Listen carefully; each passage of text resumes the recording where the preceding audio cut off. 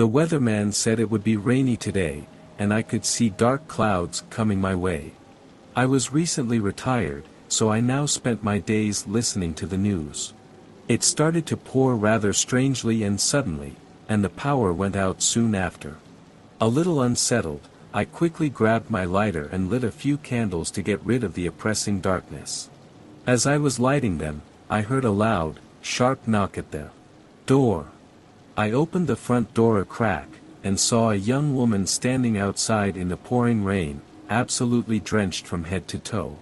I graciously let her in and gave her a towel to dry her dripping clothes and hair, which seemed to be oddly wet, almost as if she'd been submerged in water rather than just standing in the rain. I shrugged the thoughts off, however. She began to tell me about how she lived across the street, but she had locked herself out by mistake. For some reason, she said, her husband wouldn't open the door. I showed her the guest room, and went to bed myself soon after. When I got up the next morning, I found her bed empty and saw no traces of her, so Elle assumed she'd gone back to her house.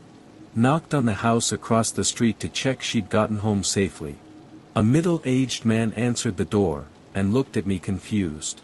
I explained that his wife had come by last night after she couldn't get into her home. He went very pale, and was quiet for a moment.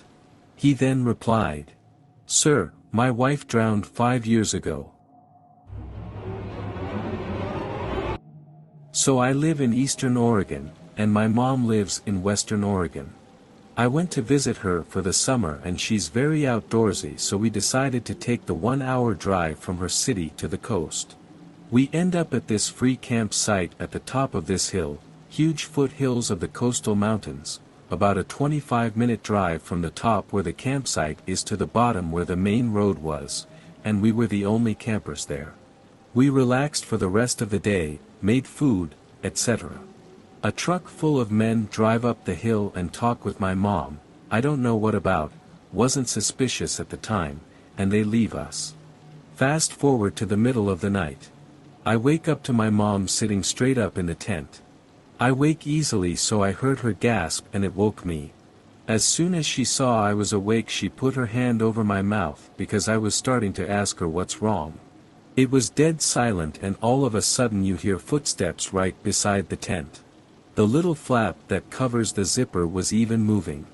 Thankfully my mom has quick wits and said very loudly, "Kenny, grab the gun."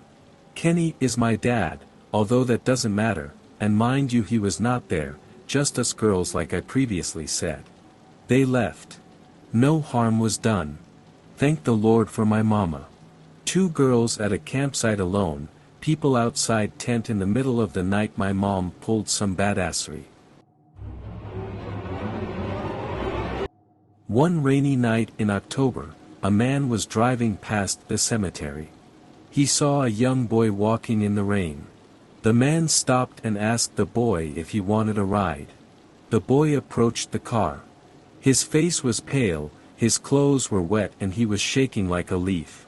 He opened the door and got into the passenger seat without saying a word. The man felt sorry for the boy, so he gave him a red sweater to keep him warm.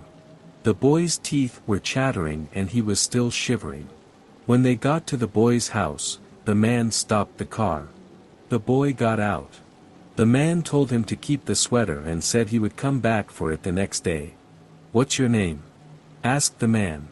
"Timmy," the boy replied. The next day, the man went to the boy's house to pick up his sweater. When he knocked on the door, a woman answered. The man introduced himself and asked if she was Timmy's mother. "What's this about?" she said. The man explained that he had given Timmy a ride the night before in the pouring rain and had given him a red sweater to keep him warm. The woman stared at him and her eyes welled up with tears. "I'm sorry, you must be mistaken," she said. "My son Timmy died almost a year ago." The man apologized and left. He was very confused and his head was spinning. He drove to the cemetery and found Timmy's grave. Lying on top of the grave was his red sweater. It was a rainy night, and the winds were howling outside. Alex had invited his girlfriend, Sarah, to his old, creaky house for the weekend. They had planned a romantic getaway, away from the hustle and bustle of the city.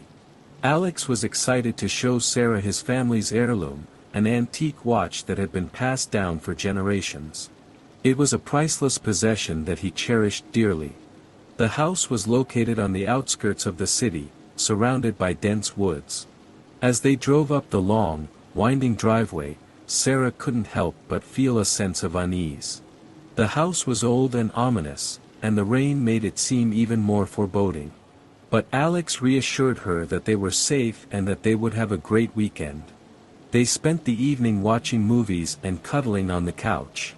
But as the night went on, Sarah couldn't shake off the feeling that they were being watched. She could hear strange noises coming from the walls, and the floorboards creaked with every step they took.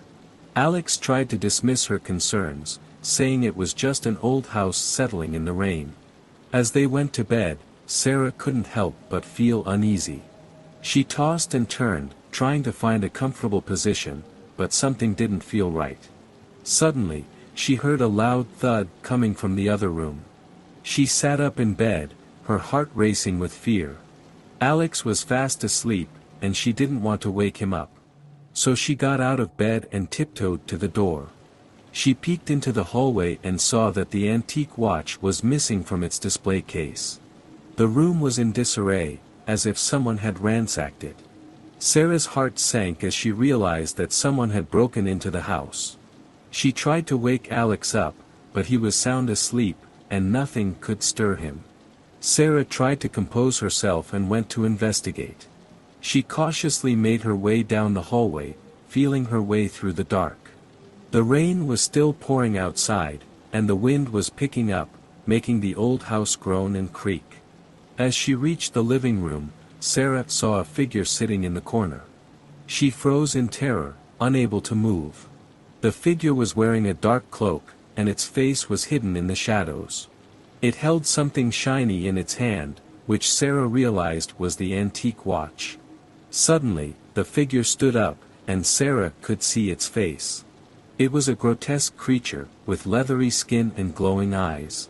It grinned at her, revealing sharp, pointed teeth, and started to walk towards her. Sarah was paralyzed with fear, unable to move or scream. But then, a bolt of lightning illuminated the room, and Sarah saw that the creature was just a coat stand with a dark cloak and a mirror on top.